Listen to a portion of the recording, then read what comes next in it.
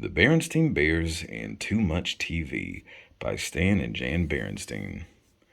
When the TV is on all day without rest, Mama knows it's too much, and Mama knows best.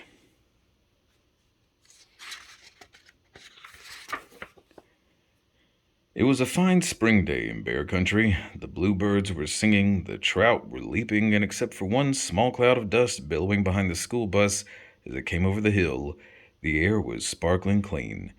Mama Bear was inside the family's treehouse, fixing Brother and Sister Bear's after-school snack. Brother and Sister Bear got off the school bus and came into the kitchen with hardly a hello. Then they did what they did every day. They took their milk and cookies into the living room and switched on the TV. There's no question about it, thought Mama. Those cubs are watching too much TV. Later, when Papa Bear came in from his shop and joined Brother and Sister, Mama became even more convinced. Well, there's absolutely no question about it. The whole Bear family is watching too much TV. She wasn't quite sure how it had happened. Maybe it began when the old fuzzy pictured black and white set broke down and they got a big new color set. Or maybe it started when Papa put the big antenna up on the top of the treehouse and brought in pictures from all over Bear Country. But however it had happened, one thing was sure. The Bear family was spending more and more time watching television and less time with all the other things they might be doing instead. The Bear family had always had lively conversations around the dinner table, but not lately. Lately they just sat around and chewed. The cubs had all kinds of fun playing outdoors, but not anymore. They were too busy watching Nutty Bear and the Bear Stooges. That evening after dinner, when Brother and Sister scampered in to turn on the TV, Mama stopped them and said her piece. "We've been watching altogether too much television around here."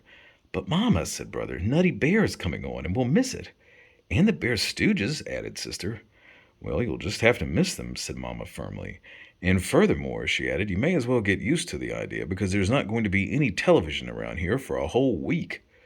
"No TV for a week?" said the shocked cubs. "But Mama..." "Never mind the buts," said Papa. "Your mother is absolutely right. There's a lot more to life than TV, like homework, for instance, and fresh air and sunshine, and exercise. No TV for a week is an excellent idea.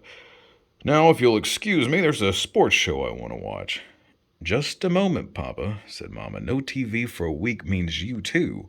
"What?" said Papa. "You can't be serious." But Mama was very serious. "Well, what about the news?" protested Papa. "I won't know what's going on in the world if I don't watch the TV news." "Here, try this," said Mama. "It's called the newspaper." "Well, and the weather," continued Papa. "How will we know what the weather will be?" "Try this," said Mama. "It's called putting your hand out the window to see if it's raining." "Well, what are we supposed to do? Just sit around and talk?" asked Brother. "That'll be fine for starters," said Mama, settling comfortably into her rocker. But it had been so long since the Bear family sat around and talked that they had sort of forgotten how. It really didn't matter because pretty soon Papa fell asleep and snored so loudly that they wouldn't have heard each other anyway. After school the next day, the cubs looked longingly at the TV, but Mama shooed them out to play. Brother's bike had a tire that needed pumping up, and Sister's trike needed a little oil. And while it seemed strange not watching television, it was fun riding bikes and trikes again. Sort of. That evening, the cubs worked on their homework, but it wasn't easy with that blank TV just sitting there staring. Then Sister noticed an ad in Papa's newspaper, an ad for a TV special. "Oh, Mama," she said, "look, a special." "No TV for a week means no TV for a week," answered Mama. "And besides, Mother Nature has a much bigger special waiting for us. We're going to sit outside and watch the stars come out." "Watch the stars come out?" complained Sister. "I don't know if I can stand the excitement," said Brother. But as they sat out under the great sky, a spell came over the bears. It was all so big and beautiful. The bears stared at the sky. So far, not a single star. "Look," cried Sister, "something flying." "Bats," said Papa, "out for their breakfast of insects." "Breakfast?" asked Brother. "That's right," answered Papa. "Bats sleep during the day, so this is their breakfast time." "I see a star," cried Sister. She had found the first tiny star. Soon there were others, and after a while the whole sky was full of stars. And it was very special, more special than anything they'd ever seen on TV. It was a sharper picture, too, and a much, much, much bigger screen. The Bear family did all sorts of interesting things over the next few days, so interesting that they hardly thought about TV. They went on a nature walk and watched tadpoles hatch out of eggs. They watched an orb spider spin a magnificent web. They went shopping at the Bear Country Mall. Sister used some of her savings to buy a knitting spool and some yarn. Brother bought a cube puzzle. They did have to keep an eye on Papa, though.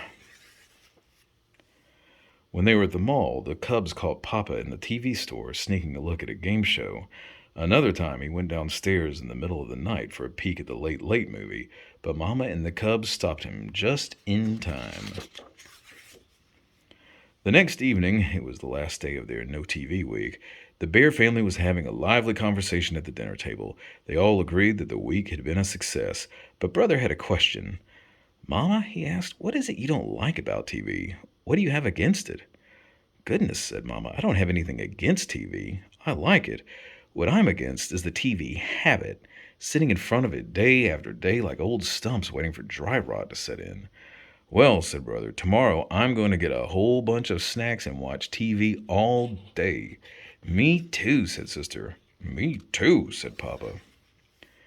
But the only one who did watch it all day was Papa. Brother got interested in his cube puzzle and finally solved it. Sister started knitting a rug on her knitting spool. Finally, even Papa had enough and decided to bait his hook for a couple of those leaping trout. The end.